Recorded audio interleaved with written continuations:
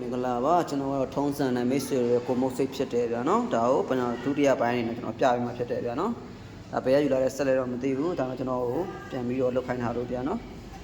ကျွန်တော်ပထမပိုင်းမှာလည်းပြောထားပြီးသွားပြီဗျာနော်တကယ်ဆက်ပြင်ဝါသနာရှင်ညီကိုတွေကိုကျွန်တော် YouTube channel ကျွန်တော်ဖိတ်ခေါ်တယ်တကယ်ဝါသနာပါရှင်တဲ့ညီကိုတွေဝင်ရောက်လေ့လာနိုင်ပါတယ်ဗျာနော်ဒီမှာအနောက်ဖုံးလည်းဖြုတ်ထားတယ်နော်ဘာကြောင့်ဖြုတ်ထားလဲတော့ကျွန်တော်မသိဘူးဒါပေမဲ့ကျွန်တော်တို့ဒီဆက်ကိုအရင်ဆုံးစမ်းမှာပုတ်ကောင်းမကောင်းစမ်းမယ်ဗျာနော်ပိုကောင်းမကောင်းစမ်းပြီးသွားလို့ရှိရင်ကျန်တဲ့အပိုင်းတွေကိုကျွန်တော်လုပ်မယ်ဗျာနော်။ဘာလို့စစ်ရင်သွားတာကောင်းတယ်။ဆိုကြ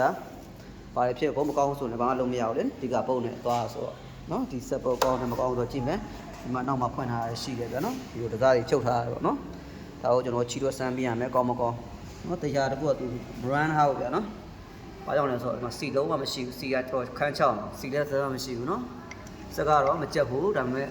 စီကတော့မရှိဘူးနော်။ကျွန်တော်ဖုတ်ကိုစမ်းကြည့်မယ်ဗျာနော်မီးလာမလားပုတ်ကောင်းမကောင်းစမ်းကြည့်မယ်ကြည့်ဘောကကောင်းတယ်မီးလာတယ်ဆိုလို့ရှိရင်ကျွန်တော်ရှေ့ပိုင်းကိုပြန်လုံးမယ်ပေါ့နော်ဒီလိုမျိုးတွေပေါ့အစင်စင်သွားတာကောင်းတယ်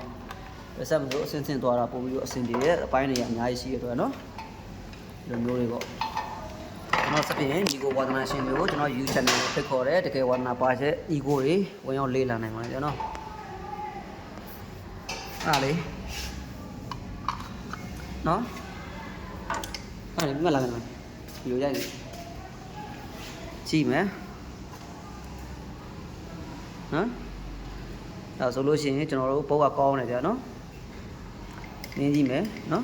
ဒီအရင်နင်းလို့မရဘူးဘာလို့ထုတ်ထားရရှိလို့ဗျာနော်ဟိုကျိုးပုံဆိုတော့အခုဆိုရင်